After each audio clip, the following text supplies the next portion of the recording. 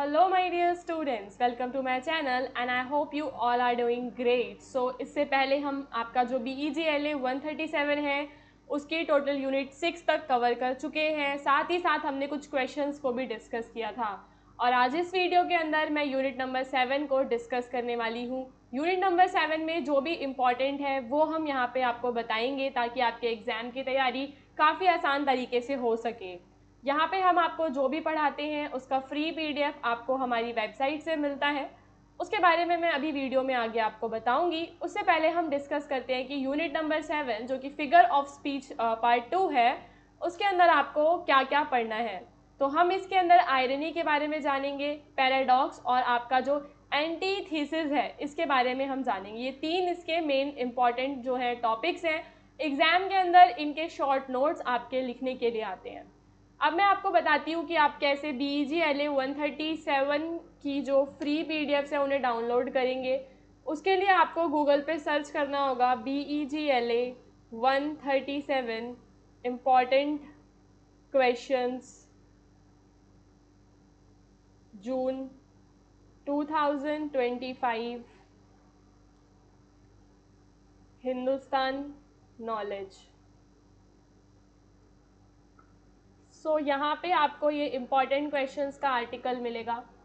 इसी आर्टिकल के अंदर आपको पीडीएफ्स मिलेंगे। ओके, सो गाइज देखो ये पूरा है। इसमें आप नीचे जाओगे तो अभी यहाँ पे क्लास 1 का पीडीएफ अपलोड है। बाकी के जो पीडीएफ है वो मैं आज अपलोड करवा दूँगी, ठीक है। और BEGLA का आप गेस्ट पेपर डाउनलोड कर सकते हो। उसको आपको कैसे करना है, हमारी वेबसाइट का लिंक मिलेगा डिस्क्रिप्शन में, या फिर आप shop.hindustanknowledge.com जो वेबसाइट है इस पे जाएंगे और यहाँ से आप BEGLA 137 का जो गेस्ट पेपर है, ठीक है, यहाँ पे BEGLA 137 इसका गेस्ट पेपर परचेज कर सकते हैं एट ₹49। ओके, अगर आप परचेज कर लेते हैं और आपको कोई इशू आता है तो आप इस नंबर पे कांटेक्ट कर लेना।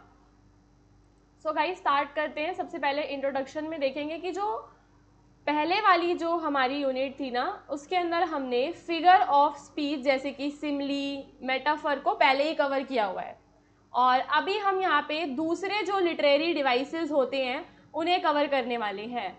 आज शाम को मैं एक लाइव क्लास लेकर आऊँगी आप सभी के लिए जिसके अंदर मैं जो भी आपके प्रीवियस ईयर में पूछा गया है वो सारा डिस्कस करूँगी। तो आप लोग चैनल को ज़रूर सब्सक्राइब कर लेना ताकि आप लाइव क्लास को एक्सेस कर सकें।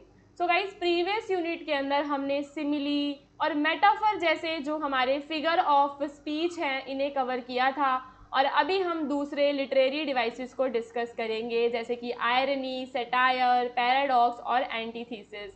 आयरनी कब होती है? आयरनी जब भी हम कोई बात बोलें और वो बात शार्पली उससे डिफरेंट हो, पूरी की पूरी उसकी क्या हो, अपोजिट हो, तो मैं कह सकती हूँ कि इसमें क्या है, आयरनी है। और वहीं जब हम सेटायर की बात करते हैं तो वहाँ पे हम सामने वाले का मजाक उड़ा रहे होते हैं, उसको मॉक कर रहे होते हैं। और पैराडॉक्स में कॉन्ट्राडिक्टरी स्टेटमेंट बोली जाती है। तो ये सारा अभी आप विद एग्जाम्पल समझेंगे कि क्या होता है। एग्जाम में फिगर ऑफ स्पीच पे ना आपको जैसे शॉर्ट नोट्स टाइप के या उनको डिफाइन करने के लिए आता है तो आप लोग इसको यहाँ से नोट डाउन भी कर सकते हैं। तो आयरनी कब होती है? Irony happens when what is said or expected is different from what actually happened or what is really meant. So guys, irony कब होती है? जब जो हमने एक्सपेक्ट किया होता है ना हम उसका ऑपोजिट कह दें, ठीक है। जैसे कि अगर कोई बहुत ही ज़्यादा शार्प स्टूडेंट है उसे मैं कह दूँ कि नहीं इसे तो कुछ नहीं आता, तो यानी कि वो बात में क्या हो जाएगी, हमारी आयरनी हो जाएगी। तो आयरनी ऑफ द सिचुएशन में भी आयरनी होती है। जैसे कि this is when something surprising happens that is the opposite of what you expect. तो बेसिकली जब चीज़ें जो आप एक्सपेक्ट कर रहे हो ना उसके अपोजिट हो जाती हैं तो हम कहते हैं कि उसमें क्या है, आयरनी है। जैसे कि एक फायर स्टेशन में ही आग लग जाए अगर, तो ये बहुत ही ज़्यादा अनएक्सपेक्टेड सी चीज़ है कि भाई फायर स्टेशन तो उसका उल्टा काम करता है ना, आग को बुझाता है और वहीं आग लग गई। तो ये आयरनी ऑफ द सिचुएशन होती है। आयरॉनिक कॉन्ट्रास्ट हम देखते हैं जैसे कि जब हम कह रहे हैं जब बहुत तेज बारिश हो रही हो, ठीक है, और मैं कहूँ कि wow it is a very nice weather, तो आयरनिक कॉन्ट्रास्ट है यहाँ पे, जब दो थिंग्स व्हेन जो एक दूसरे की डिफरेंट है और अपोजिट है, ठीक है, और डिफरेंस भी क्लियर मुझे दिखाई दे रहा है, तो लोग क्या करते हैं, कभी कभी अपोजिट कहते हैं, जिसका वो जो उनका मतलब होता है उसका अपोजिट कहते हैं, टू शो द डिफरेंस।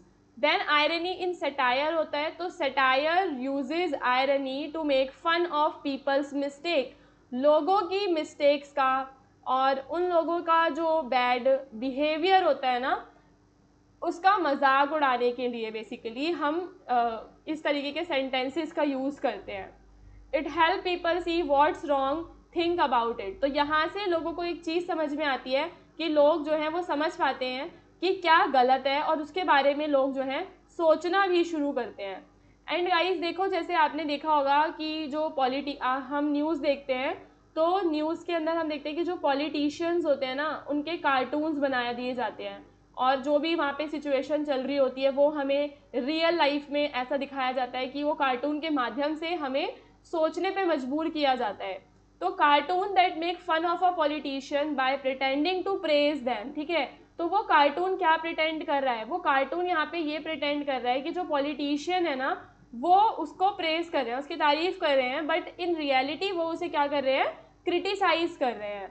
सो ये यहाँ पे हमने आयरनी को समझा, जिसके अंदर हमने तीनों सिचुएशंस को समझा है। तो आयरनी के अंदर हमने पहले irony of the situation, then हमने आयरनिक कॉन्ट्रास्ट, उसके बाद सेटायर में आयरनी को डिस्कस किया है। अब हम यहाँ पे डिस्कस करेंगे पैराडॉक्स को कि पैराडॉक्स क्या होता है।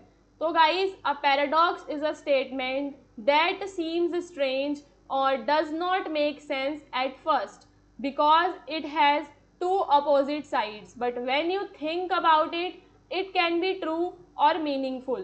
तो देखो, पैराडॉक्स एक ऐसी स्टेटमेंट है जो शुरुआत में मुझे स्ट्रेंज लगेगी या फिर उसका कोई सेंस नहीं बनेगा, यानी कि वो हमें जल्दी से समझ में नहीं आएगा शुरुआत में, बट उसके ना दो अपोजिट साइड्स होते हैं।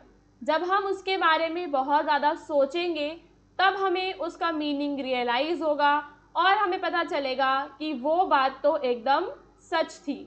जैसे कि एक सेंटेंस है, less is more, less is मोर यानी कि कम ही ज़्यादा होता है, कम ही बहुत होता है। लोगों की लाइफ में इसको यूज़ किया जाता है कि जैसे जितने ज़्यादा कम रिसोर्सेज हमारे पास होंगे, जितने ज़्यादा कम हमारे फ्रेंड्स होंगे, उतनी ही लाइफ हमारी अच्छी होगी।